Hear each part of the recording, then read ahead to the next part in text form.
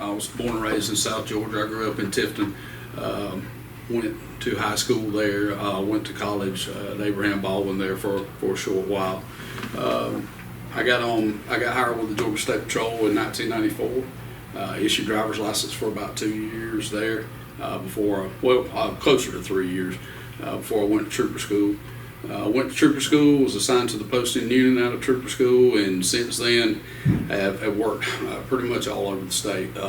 We had to move for promotions. I didn't move my residence, but I moved around to different posts. So I've worked in South Georgia, North Georgia, Middle Georgia, a little bit of everywhere. I had 2 stints in the training division while I was there. The original one was in the early 2000s. I ran the firearms program in trooper school and the impaired driving program. That was really, DUI enforcement was always a big passion for me. Went back to the field to get promoted and just kind of progressed up through the ranks. Took over the training division in 2020. We had a very unfortunate thing happen with the State Patrol. I was brought in to kind of help rebuild and get that back, get the training division back where it needed to be after that. And then I retired in July of last year. Stayed retired about 30 days. Got bored sitting around the house, driving the wife and my daughter crazy, I'm sure, even though they wouldn't admit it. And then went back to work for the training center in Forsyth, teaching the instructor program part-time. And then this popped up on the radar and threw my name in the hat, and here we are. Awesome. Hobby-wise, I like to sleep late. I'm a night person. I wish the whole world started at lunchtime and I could work all night. I always like working nights with the patrol. But I like to play Xbox. I'm a Call of Duty guy. It's just something that's relaxing to me. It's cheap. I can do it at home. You want to give your Call of Duty tag out so we can get some people to come play with you? Hey man, I'm all about it. I'd love to. We've actually got a law enforcement and military group that we play with, and it's a bunch of guys I've been playing with for, gosh, probably 7, 8, 9 years. So oh, wow. Just something cheap to do, sit around the house. I like to do home improvement stuff. Like to work on things around the house. I'm a tinkerer, but I'm pretty simple dude. Like to hang around the house, like to spend time with my family. That's pretty much the gist of it. Awesome. Yes, sir. And I know you just came in. Yes, sir. You're brand new. Yeah, you just came in. Right. Yeah, and so. Can I get you a bottle of water or something you need? Oh no, sir. I'm good. Sure? I'm good. Okay. Yes, sir. So what do you plan to change, at Lagrange Police Department for the betterment of the community? For the betterment of the community, I do want to see the guys. You hear all the time community policing, and a lot of departments they kind of throw that term around. But I really think, and I feel this in my heart. Unfortunately, when I was with the patrol, just based geographically, we had some challenges. We were short, like every law enforcement agency is.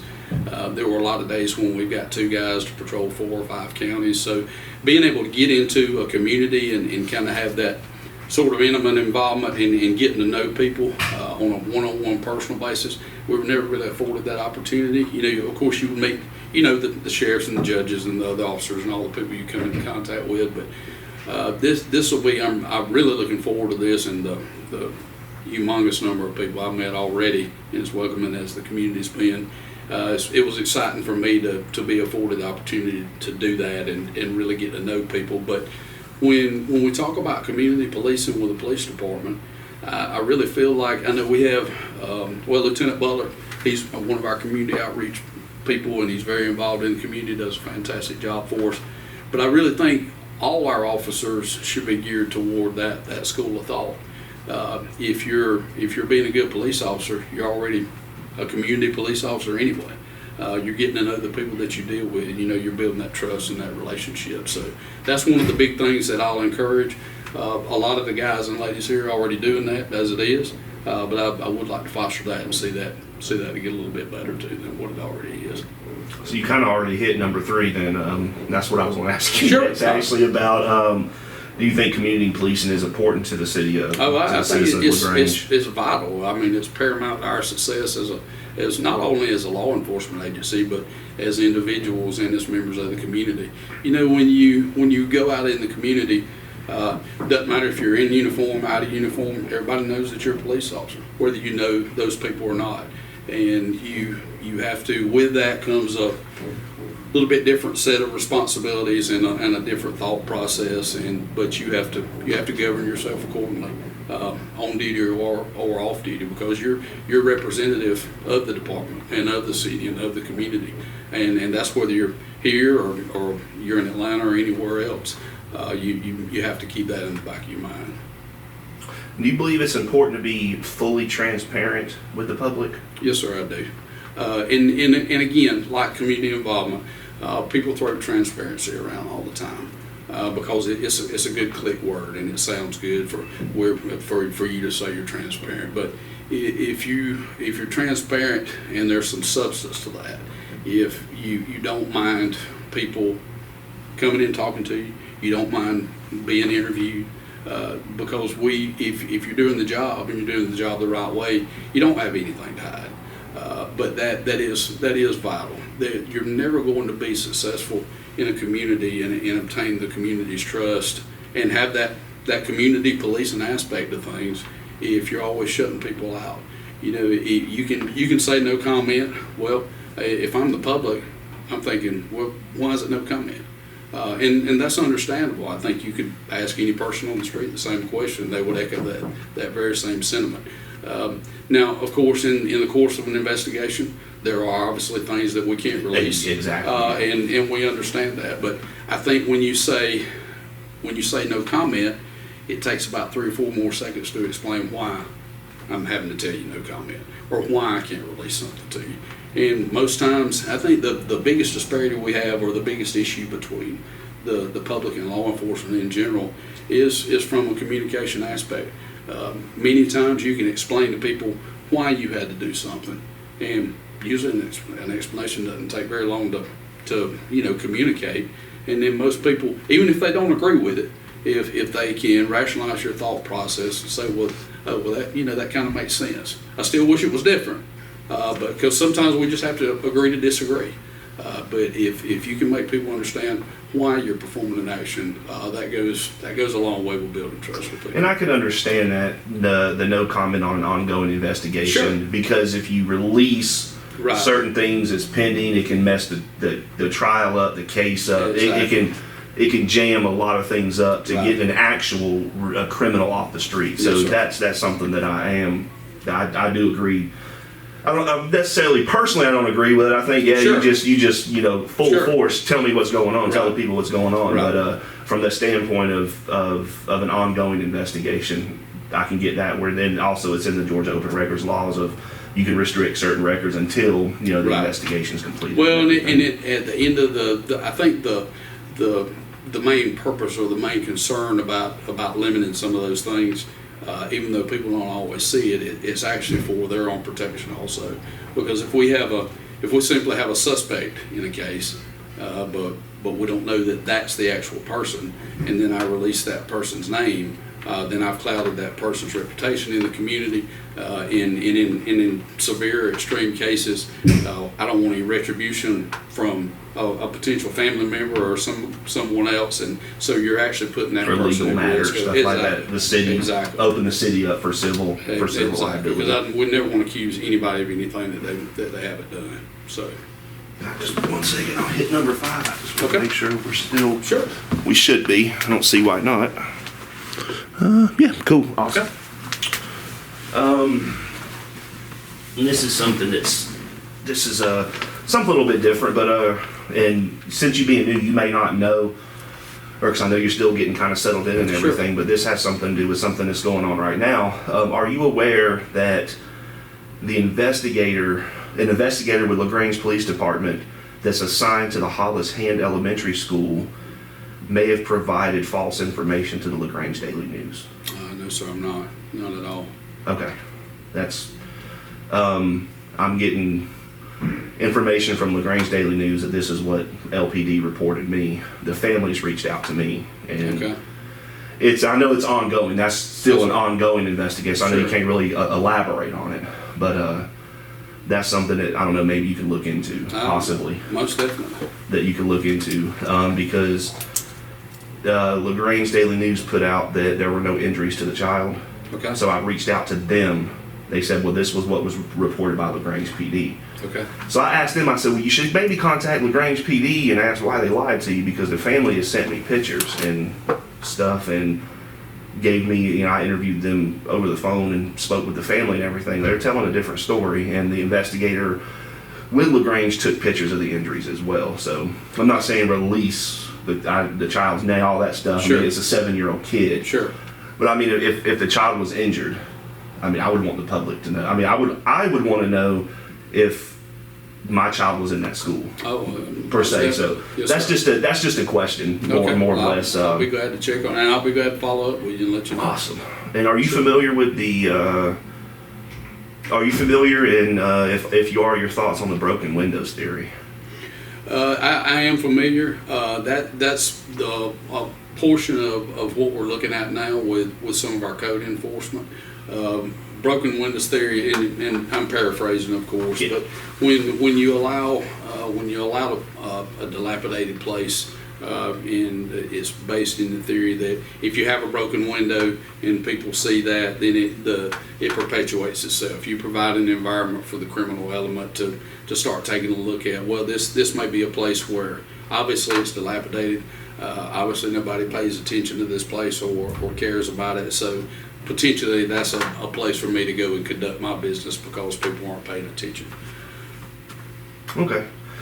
And this one ought to be pretty easy, just a little bit easier for you. How are you liking the city of Lagrange so far? I tell you, Russ, I can't brag on not only the city manager and the city council and everybody. They've been just as welcoming as they could be, but just the public in general. I've been pretty much well, I know if you talk to Miss Mary about getting an appointment, I've been pretty much nonstop. People coming by. That's Miss Mary right here, right?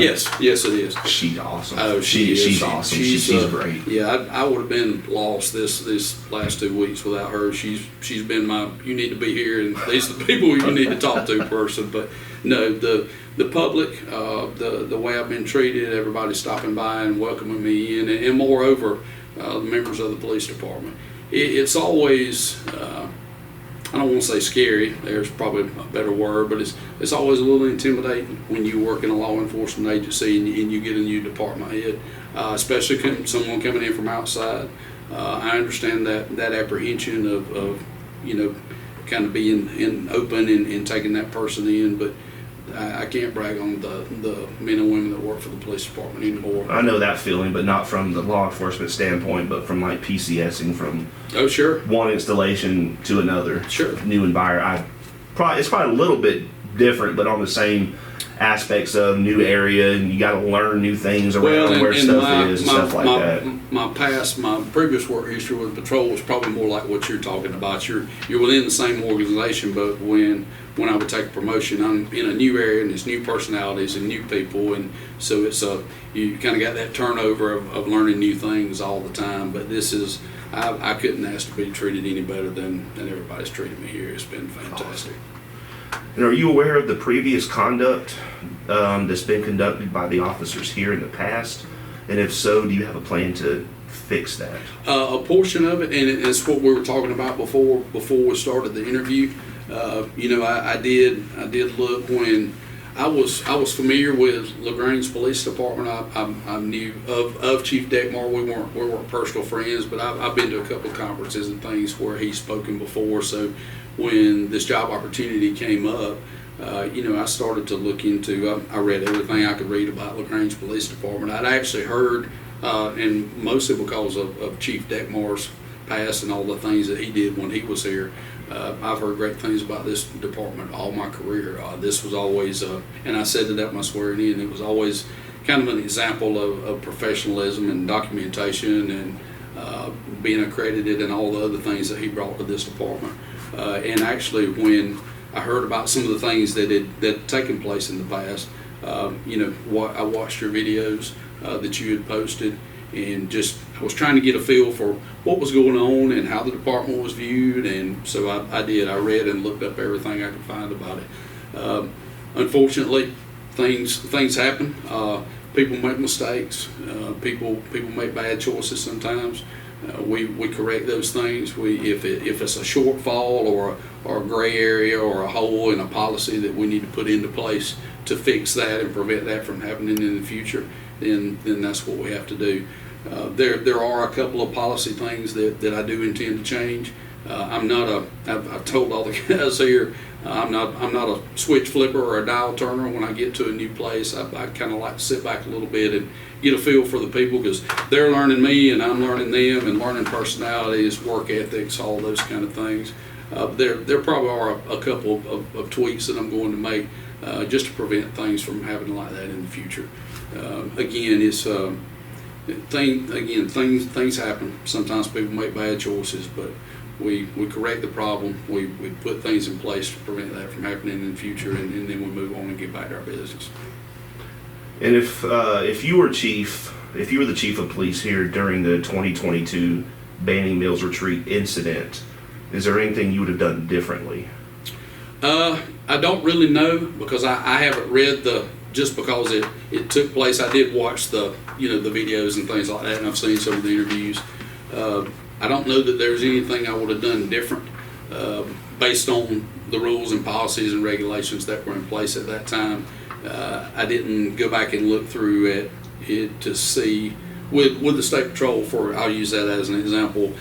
We had a very regimented system of discipline and the different ways that we handled things. There were, I think, anytime you have something like that and it's sponsored or paid for by the city, it changes our behavior. I'm not against hanging out with the guys and enjoying ourselves, but at the end of the day, we have to remember what we do for a living. We do have to remember how we're viewed by the public, and we have to, right, wrong, or indifferent, we're judged by a little bit different ruler is applied to us than other members of the public, and we have to keep that in the back of our mind the whole time. Yeah, I agree with that. There's no wrong in letting go a little bit, hanging out with your shit, stuff like that and everything. By all means, no, not at all. But yeah, I think you hit it with if you're on the taxpayer's dollar, then that changes while the you're whole, in. Yes, Yeah, sir. yeah, I agree 100%. And do you plan to hold the officers of this department accountable for their actions, to include the supervisors? Yes, sir, very much so.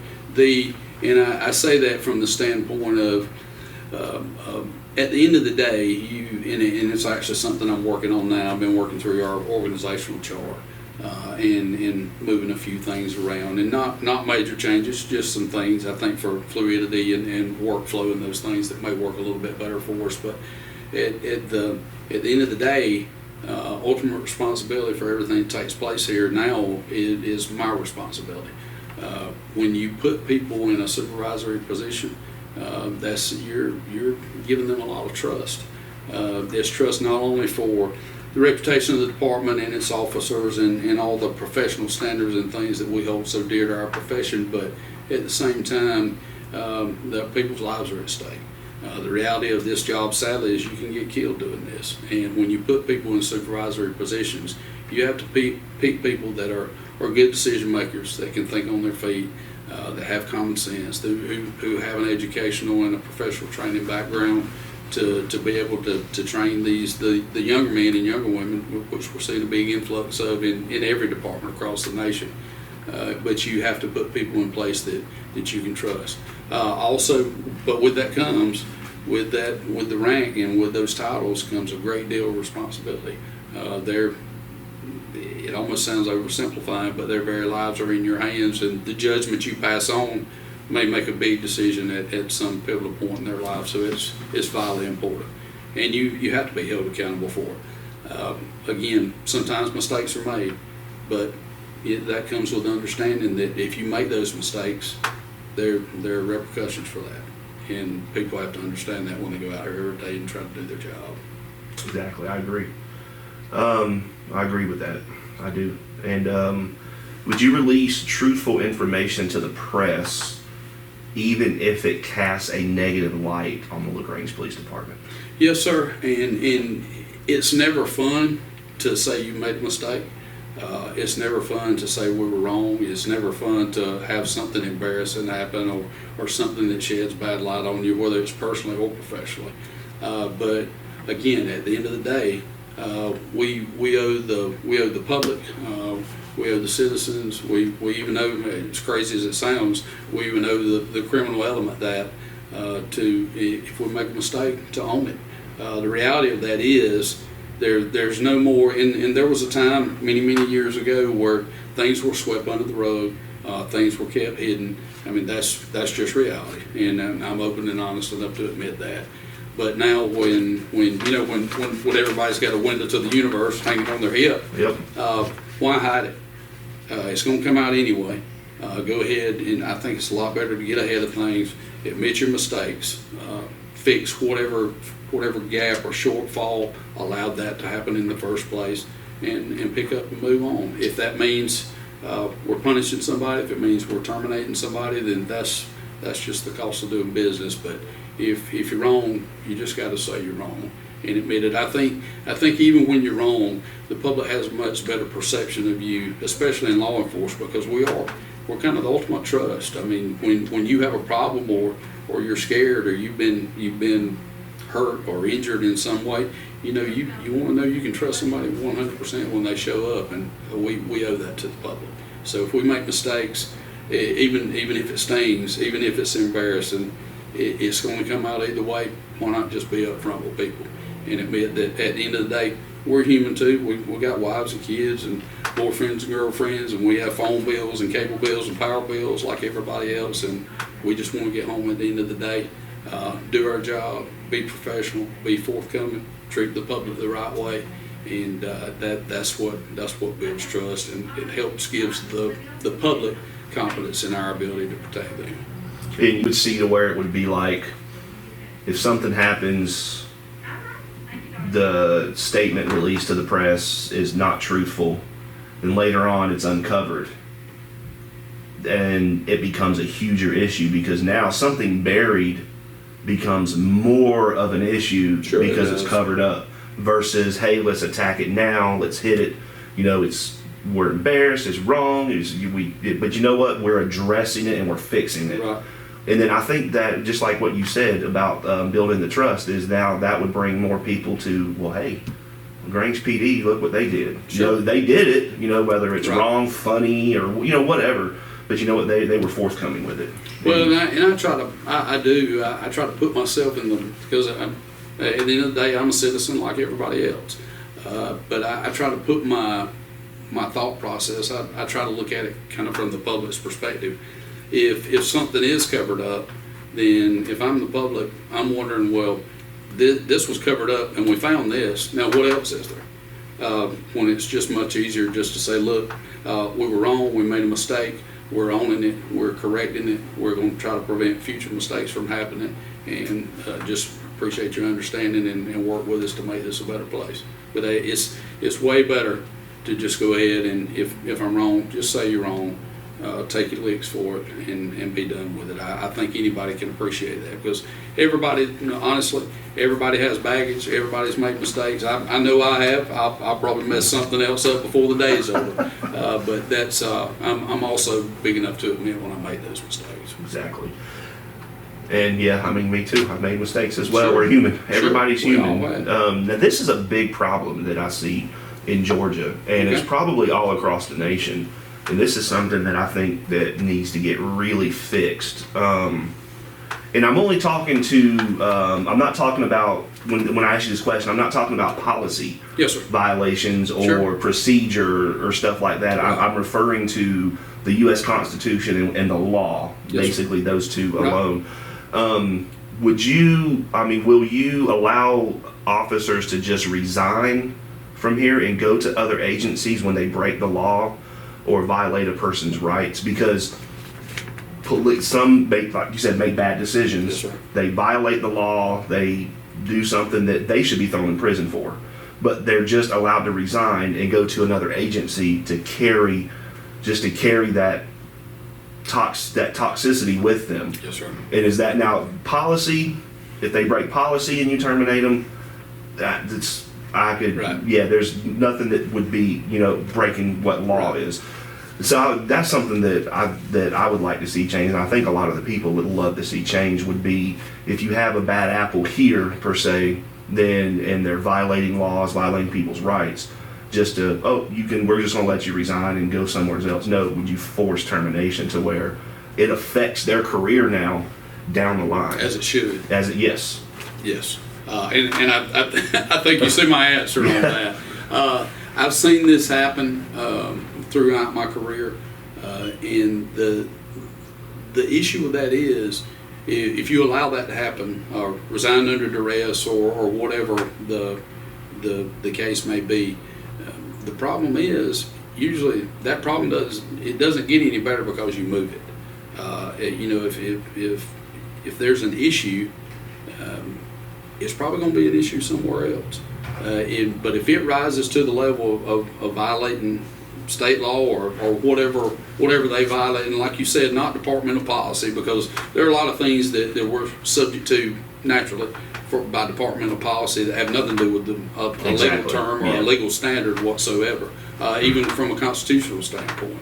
But those things are put into place usually for professionalism and standards and all those things. That's why we have policies anyway.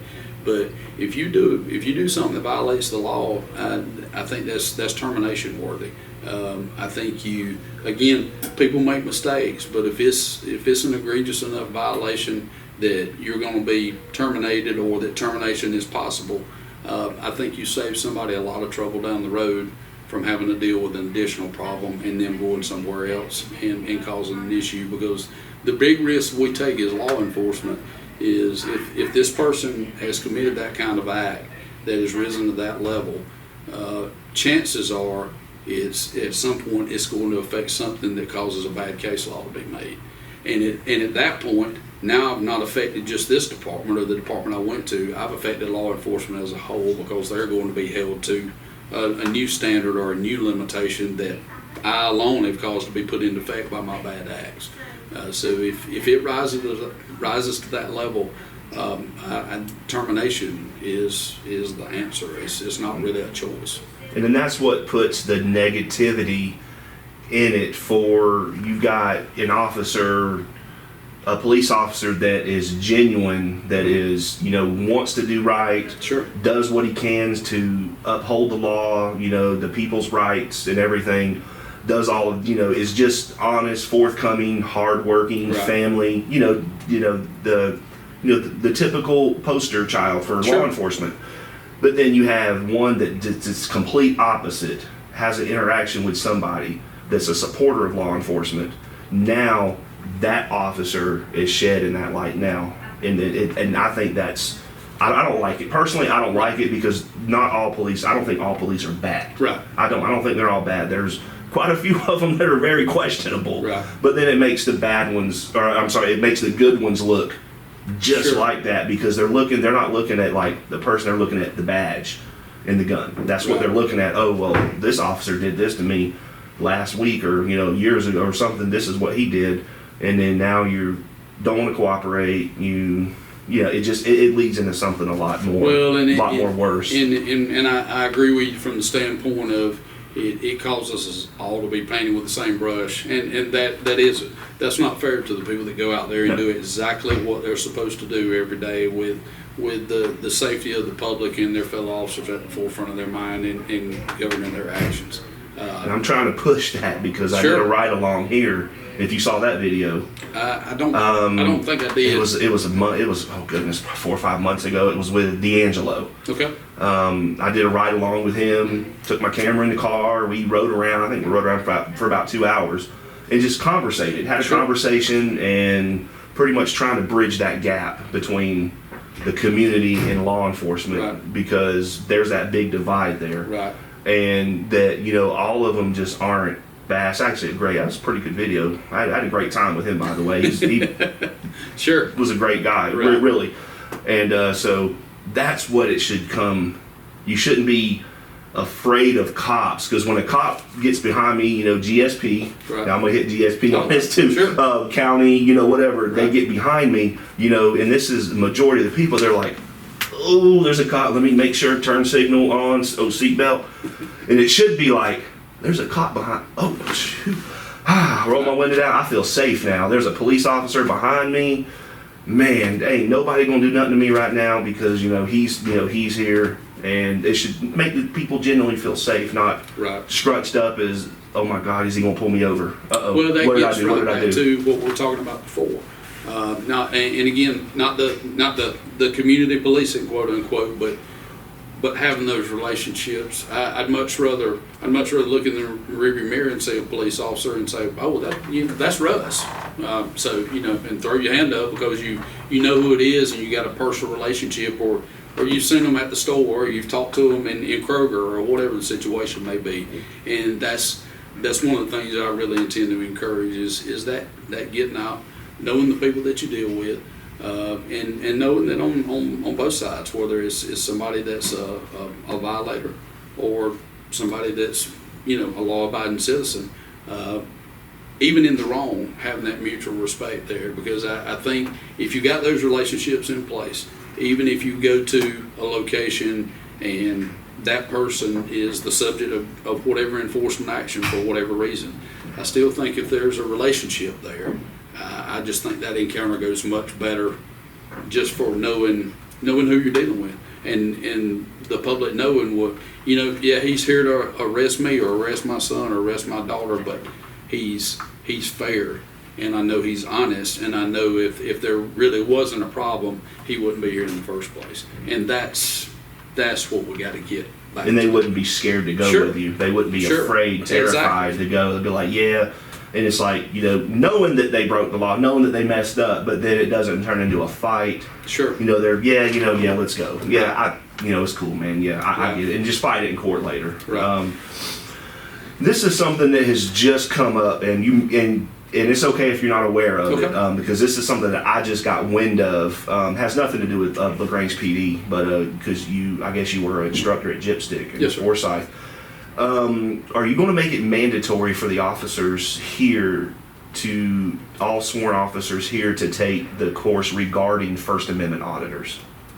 I don't know that much about it, honestly, because Gypstick, they're developing new courses and things all the time. It's brand new. It just it just came across my feed and everything from what I get sent from just hundreds of stuff sometimes, but I'm like, I need to look into this. So it's I wouldn't think, I don't know much about it either, but so it's like a 2-hour course about how to deal with people filming in public, basically taking pictures in public spaces. I think you need, people need to understand what the based on the expectations of privacy and the things that the extra check boxes we have, because we are quote unquote public officials. I think your officers need to have a basic understanding of what people's rights are, just like what you do. Going out in the public, filming people, you need to understand that's again, that's part of the trust aspect. That's part of what we have to accept as public officials, knowing that expectation of privacy is not there anymore. You have, when you're in the public, with the exceptions of all the check boxes again, home address, date of birth, all the limitations that come with that, and those are put in place for obviously specific reasons, but you need to be aware that you're subject to that. As for, I haven't seen the course, but actually it's the first I've heard of it. But I haven't seen it neither. At the same time, and I think I think our conversation today has been a good demonstration. It's so easy. It's so easy to sit down and have a conversation, understand what both schools of thought are. Sometimes you do. You just have to agree to disagree. But at the same time, if there's a mutual expectation and mutual respect there, again, those encounters go a whole lot better. Being an open and honest and being able to answer any question. I'm kind of an open book kind of guy. If you got a question, even after a day, if you got a question, you got a concern, call Miss Mary. She'll put it on my laundry list of things to do that I have to do that day, and we'll sit down and have a conversation about it, because I think back to the transparency thing, when you're not when you don't let somebody understand what's going on. When you are closed-mouthed about things that you should be open and honest about, that invites speculation. It invites people that you already may not know or have that relationship with pre-established. It invites them to kind of invent their own narrative. And maybe it's the truth, but maybe it's not. Maybe a short conversation for some clarification could have solved the whole problem and kept the trust element in place the whole time. It's a lot easier to sit down and talk through things and communicate. And admittedly, law enforcement hadn't always been good about that, and I understand that. Seen that happen. Again, making my own mistakes and admitting it. I've been that same guy, but as I progressed through my career and got a little bit older and hopefully a little bit wiser, you start to see that it's just easy to sit down and talk about it and be open and communicate and just let people know what to expect from you. Awesome. And are you? And this is something that I was. And it's perfectly fine if you decline or your response is no, perfectly fine about it. I promise you ain't gonna hurt my feelings at all. Are you open for like myself to attend maybe a before shift roll call in the morning before your shift goes out, just to maybe give a 5-minute, 10-minute type of educational information about the U.S. Constitution, the First Amendment, that reasonable expectation of privacy in public and stuff? Sure. Is that something you're open to do? You just let me know what works for your schedule, and I'll let you know when the roll calls are. I've got to actually might be a good time. I have yet to, because I have had so much going on. I'm going to get in the roll calls so I can meet some more of the people that I haven't had an opportunity to meet yet. The night shift guys and ladies, and some of the different shifts that I just hadn't run across since I've been here. But no, that's no problem at all. That's an easy fix. I just got a couple of more, then we're done. No, you're fine. More, You're right ahead. You're right ahead. Do you have a plan of action for the drug crisis that's going on here in the? We do. Well, within your jurisdiction. We do. I've been, and again, not being able to really delve into things yet, trying to get all these other things in place. There are one of our initial things, and this addresses not only the drug problem, but the gang issues, the youth violence issues. We had a big workshop yesterday about the youth violence issue with the city council, and I'll brag on not just bragging on the city council, but I think they do a really good job. But bragging on the people that came up and interacted, it was very refreshing to see people be able to sit down and have some dilate and have a conversation where there was no finger pointing going on, where everybody was of the common opinion that we've just got a problem, we need to fix it.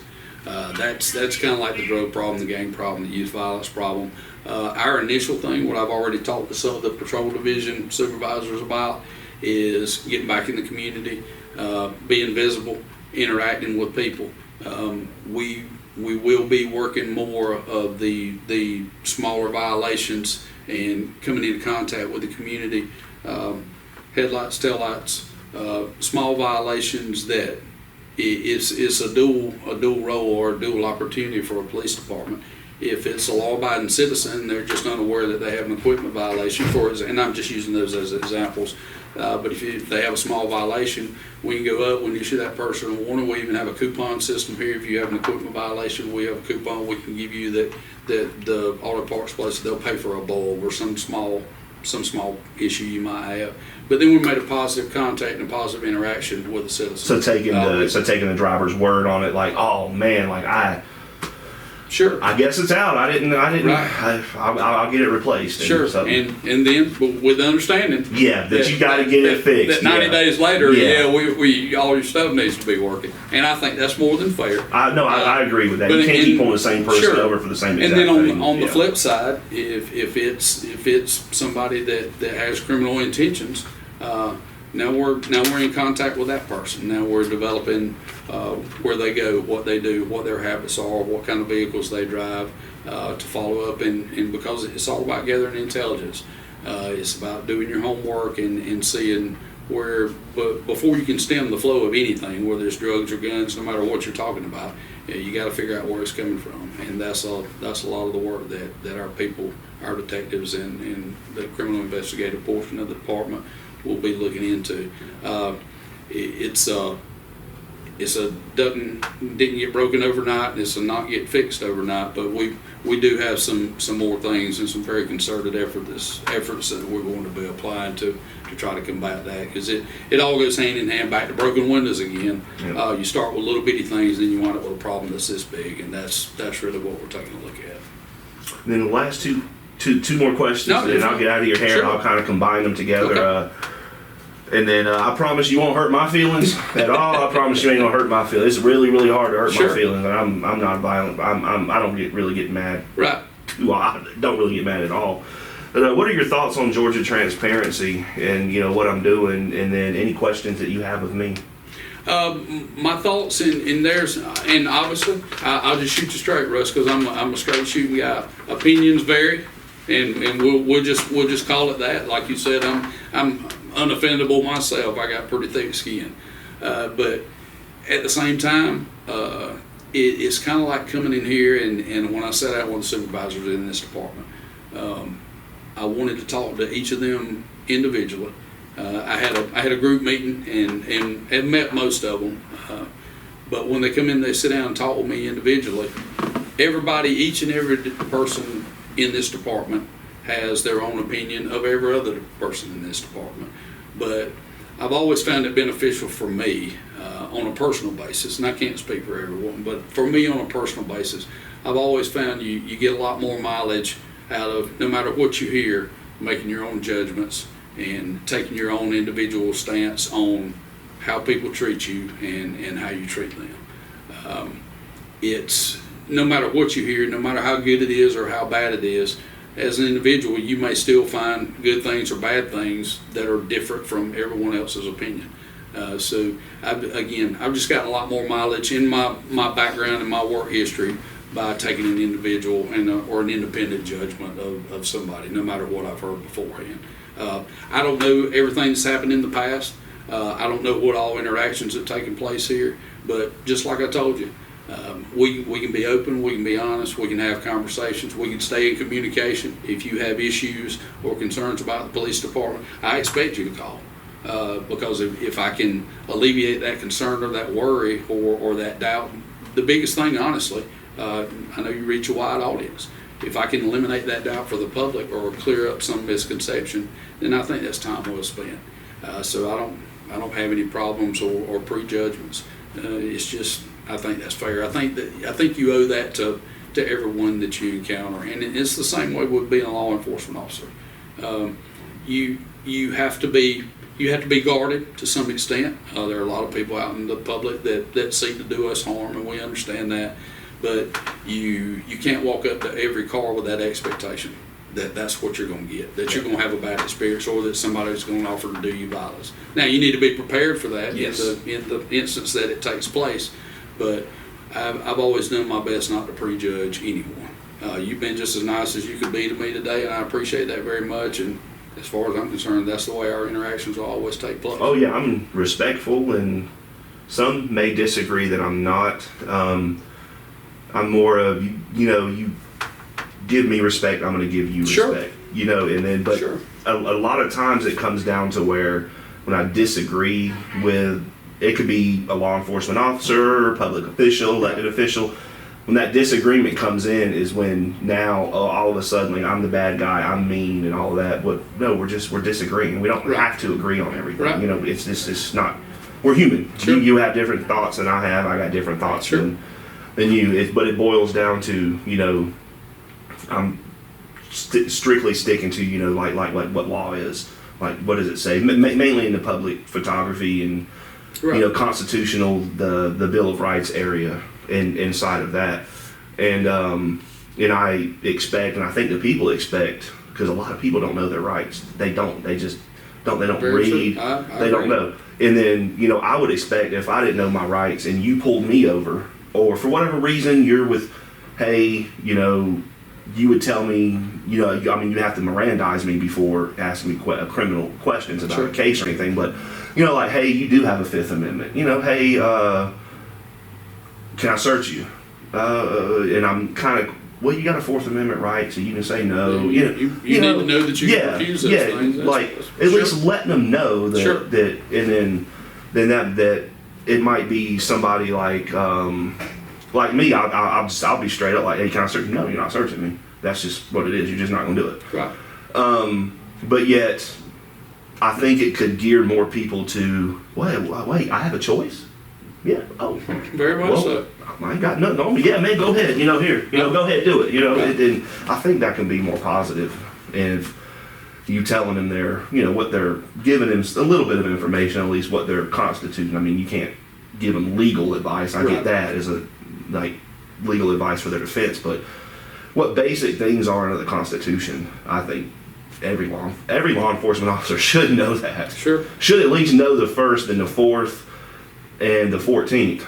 I mean, And the 8th. And the 8th, yeah. They should know. They should Very much know so. those. At I least agree. just those. I Know agree. them.